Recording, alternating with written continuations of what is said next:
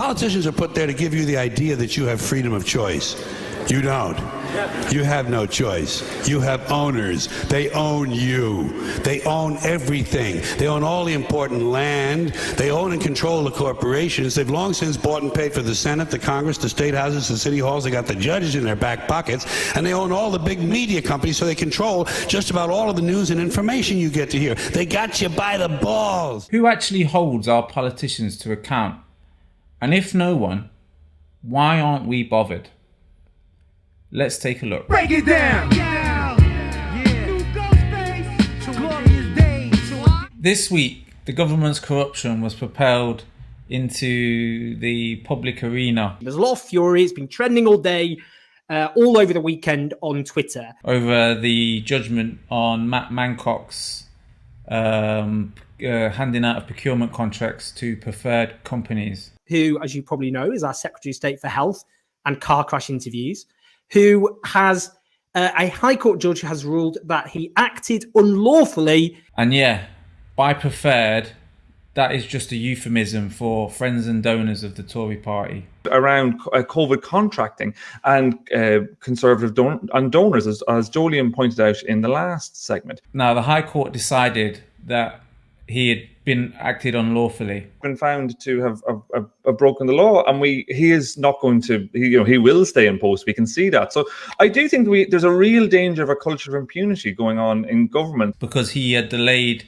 in providing evidence for, especially the preferred companies' contracts, how they were tendered. What we see is the use of the House of Commons, use of MPs' allowances, the use of political connections as a way of making a huge sum of money. Now, the case at this point is quite inconsequential, as we're more than 9 months on from the actual time where it was fresh and relevant in the public discourse then.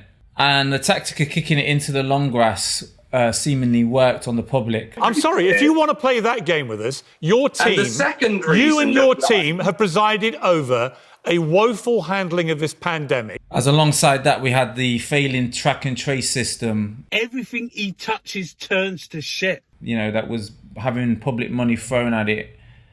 That Serco, the FTSE 100 company. Unfortunately, this will work on the general public, as they have become exacerbated by the incompetences of this government throughout this pandemic. I have had it with these fucking snakes. And are just looking to get back to normality. One! Yay! Right. Open sesame! Now, is this corruption or is it merely incompetence? What I came to realise, the core thing which happened in the House of Commons was not opposition, but collusion. The MPs of rival parties have far more in common with each other than they have in common with ordinary members of the public. Unfortunately, we have a scenario where these usually contradictory conditions have become a sort of normalised insanity, as this and other governments are now devoid of strong ideas, really. And since Thatcher in the 80s... Mrs. Thatcher wanted to roll back the power of the state.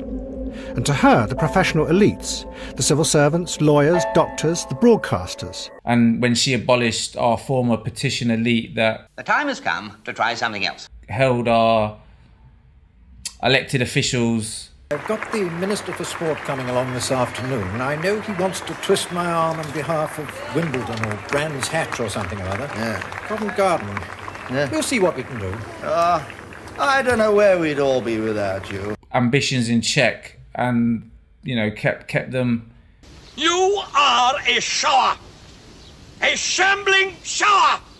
And I mean to shake you up more than somewhat. But in its place, we now see a rise in a managerial class that has no sense of duty to the public. That's where I come in. I get paid to talk.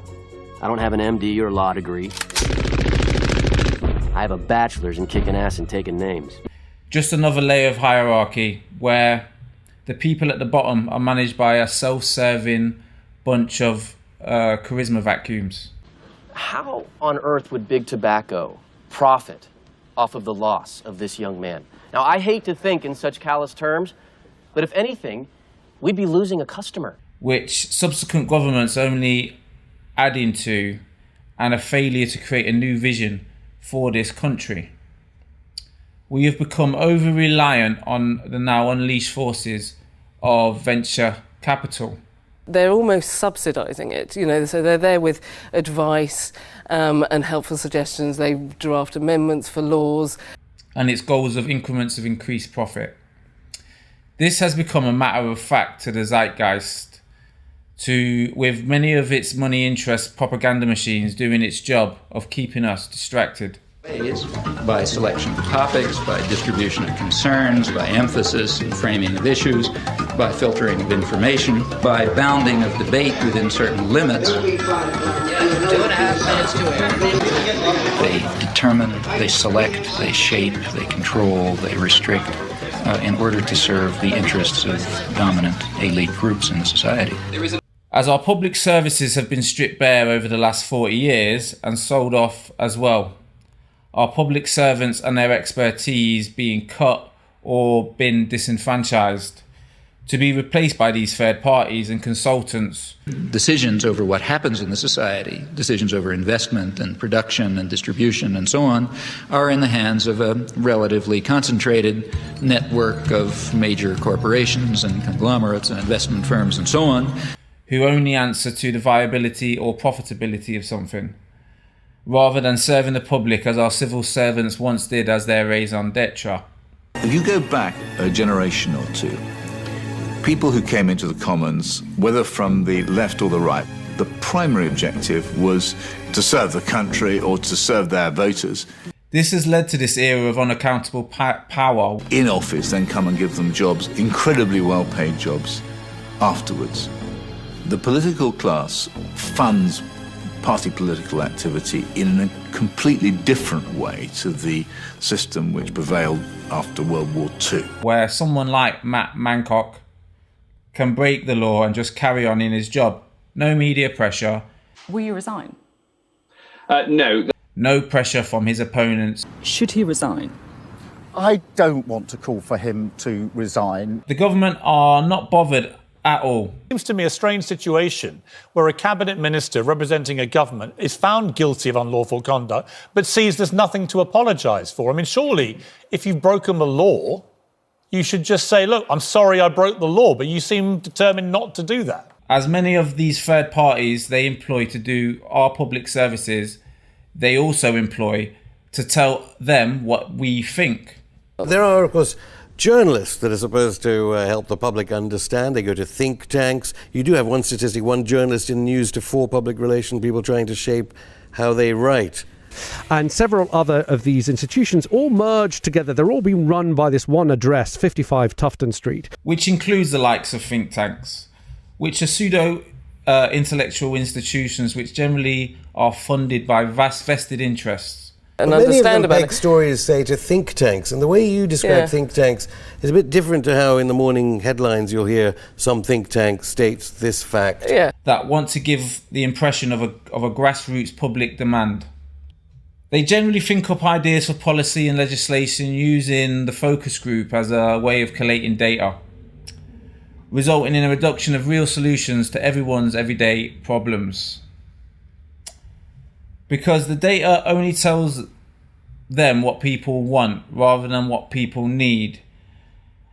As just like the world of advertising or the world of public relations in advertising that it is borrowed from. Just describe the contamination of British civil life by lobbying. Now, the other is lobbyists, who in many cases employ and consult with those very same think tanks to strategize on the comms they are going to use to manufacture our consent. Now, they perform many functions, from trying to stop funding to the NHS. So you get an awful lot of companies over decades lobbying to open up the NHS to private providers. By things like pushing through Brexit or opening up the countryside to Russian and Chinese developers. But big business employs these lobbyists. But actually it's this enormous £2 billion commercial industry, and it's their job they're paid to influence the decisions of government. Persuade government to meet their interest and not necessarily ours. People who broker. They broker between big business and the politicians. And they fix deals. Now, have these public services been usurped by capital interests for a function they weren't intended for? Well, increasingly it seems to be the case. And with complete apathy, or maybe is it collusion? They hate to see someone communicating with the masses. They feel that newspapers, the written word is not for the masses. That should be left to television, or perhaps to nobody. But there's a great sort of elitism from our mainstream media on the subject, as many of the owners of the print press and the broadcasting establishment are the very same venture capitalists who have a vested interest in keeping things just the way they are. So by reporting that Harry and Meghan... They're making gazillions off their royal titles, and the question remains this: should they be able to continue trading as celebrities off being the Duke and Duchess of Sussex? Are divorcing the apparent privilege of royalty and calling it sacrilege. And regards herself as equal to others at the top of the pyramid. She's considered ungrateful.